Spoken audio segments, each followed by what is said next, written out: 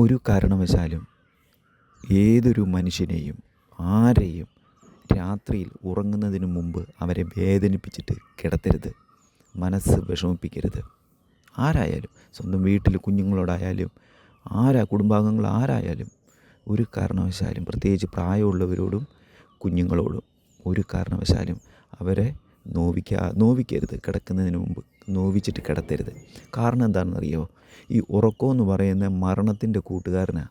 അവർ ഒരു തോളെ കൈയിട്ട് നടക്കുന്ന ആൾക്കാരാണ്. അപ്പോൾ ഈ മരണം ഏത് സമയത്ത് ഉറക്കത്തിലൂടെ സഞ്ചരിക്കും, നമുക്കറിയുന്നില്ലല്ലോ. നമ്മളില്ലാതിരിക്കുന്ന ഒരവസ്ഥയാണ്.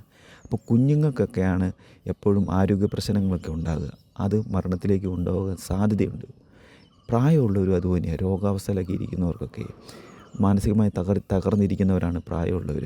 അപ്പോൾ അവരെ ഒരു കാരണവശാലും നമ്മൾ വേദനിപ്പിക്കരുത്. അവരും മരണത്തിലേക്ക് പോകും.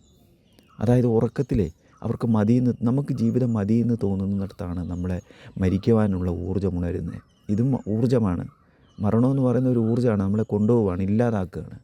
അപ്പോൾ ആ മതി എന്ന് തോന്നുന്ന ഒരവസ്ഥ നമ്മൾ ഉണ്ടാക്കരുത്. നമ്മുടെ വായിൽ നിന്ന് വീഴരുത്. ഇത് കർമ്മമാണ്. ഈ കർമ്മം നമുക്ക് തിരിച്ചു വരും. അത് പിന്നീട് ഞാൻ പറഞ്ഞുതരാം. അതായത് ഉറങ്ങാൻ പോകുന്ന ഒരാളെ നോവിക്കരുതെന്ന് പറയുന്നതിൻ്റെ കാര്യം എന്താണെന്ന് വെച്ച് കഴിഞ്ഞാൽ, അദ്ദേഹം മരിച്ചു പോകും. ഇനി അദ്ദേഹം മരിച്ചുപോയി നമുക്കെന്തെങ്കിലും കുഴപ്പമുണ്ടോ? അല്ലെങ്കിൽ നമ്മൾ പറഞ്ഞിട്ടൊരാൾ മരിച്ചുപോയി നമുക്കെന്തെങ്കിലും കുഴപ്പമുണ്ടോ? കേൾക്കൂ ഞാൻ ഈ പറയുന്നത്. ശരിയാണോ നിങ്ങളാണ് നോക്കണ്ടേ.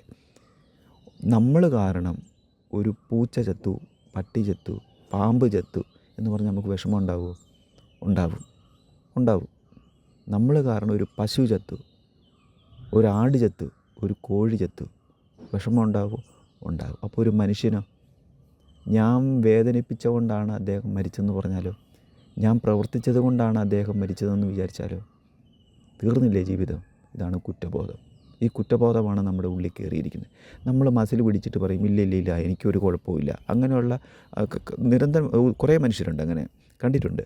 എനിക്കൊരു കുഴപ്പമില്ല. പക്ഷെ അവരൊന്നും പറയില്ല. നമ്മുടെ ഉള്ളിലെ ഒരു സാധനം ഇരിപ്പുണ്ട്. ആ സാധനത്തിൻ്റെ മേളിലേക്ക് ഈ ക്രൂരത നിറഞ്ഞ ഈ ഒരു കലാപ ചിന്ത കൊണ്ട് വെച്ചാറുണ്ടല്ലോ, അത് നമ്മളെ തകർത്ത് നശിപ്പിച്ച് കളയും. അതാണ് ഈ കുറ്റബോധം അവിടെ നിന്നാണ് ഉണ്ടാകുന്നത്. അതായത് നമ്മുടെ ഉള്ളിൽ, മനുഷ്യൻ്റെ ഉള്ളിൽ സമാധാനമായി ശാന്തിയായി ഇരിക്കുന്ന ഒരു വസ്തുവുണ്ട്. അതൊന്നും പറഞ്ഞാൽ മനസ്സിലാവില്ല, ആർക്കും മനസ്സിലാവില്ല. 1,00,000 പേരുണ്ടെങ്കിൽ ഒരാൾക്ക് മനസ്സിലാകുന്ന കാര്യം ഞാൻ ഈ പറഞ്ഞത്. നമ്മുടെ ഉള്ളിൽ സമാധാനവും ശാന്തിയും തരുന്ന ഒരു വസ്തുവുണ്ട്.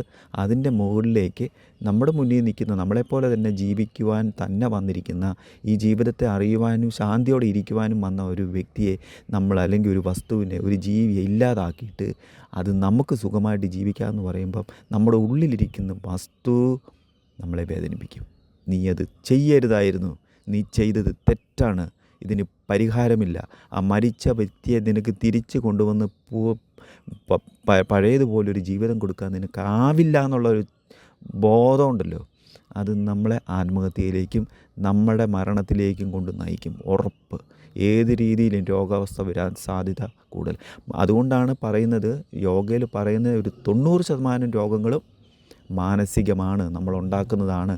പ്രകൃതി ജീവനത്തിലും അതാണ് പറയുന്നത്. നമ്മുടെ ഉള്ളിൽ ജീവിച്ചു കൊണ്ടിരിക്കുന്ന, നമുക്ക് സന്തോഷവും സമാധാനവും തരുന്ന ഒരു വസ്തുവിനെ ഇല്ലാതാക്കിയിട്ട് മറ്റൊരു ലോകത്തേക്ക് നമ്മൾ പോകുന്നതാണ് നമ്മുടെ ജീവിതത്തിൻ്റെ ഏറ്റവും വലിയ പ്രശ്നം. അതായത് നമുക്ക് പുറം ലോകവുമായിട്ട് സംവദിക്കുന്നതിനാൽ അറിയുന്നില്ല. അപ്പം പുറത്തുള്ള സുഖത്തിന് വേണ്ടിയാണ് നമ്മളിതൊക്കെ ചെയ്യുന്നത്. നമ്മൾ മറ്റൊരാളെ ഇല്ലാതാക്കുന്നത് എന്തിനു വേണ്ടിയാണ്? നമ്മുടെ സുഖ സൗകര്യങ്ങൾക്ക് വേണ്ടിയിട്ടാണ്. അപ്പോൾ ആ ബോധം, അതായത് മറ്റൊരാളെ ഇല്ലാതാക്കിയിട്ടല്ല ഞാൻ ജീവിക്കേണ്ടത്. അയാൾക്ക് എൻ്റെ കയ്യിൽ നിന്നുള്ളത് എന്തെങ്കിലും ഒരു അംശം കൊടുത്തിട്ട് അയാളുടെ മനസ്സിനെ സന്തോഷിപ്പിച്ചിട്ട് നമുക്ക് കിടന്നുറങ്ങാൻ പറ്റുമോ എന്നുള്ളത് ആലോചിക്കണ്ടേ. എല്ലാവരോടും സന്തോഷത്തോടെ സമാധാനം പറഞ്ഞ് വേണം നമ്മൾ കിടന്നുറങ്ങുവാൻ. കാരണം നാളെ ഉണരുമ്പോൾ നമ്മളിവിടെ ഉണ്ടോ ഇല്ലയോ എന്നുള്ള കാര്യം നമുക്കറിയില്ല. ഇതാണ് ജീവിതത്തിൻ്റെ രഹസ്യമെന്ന് പറയുന്നത്.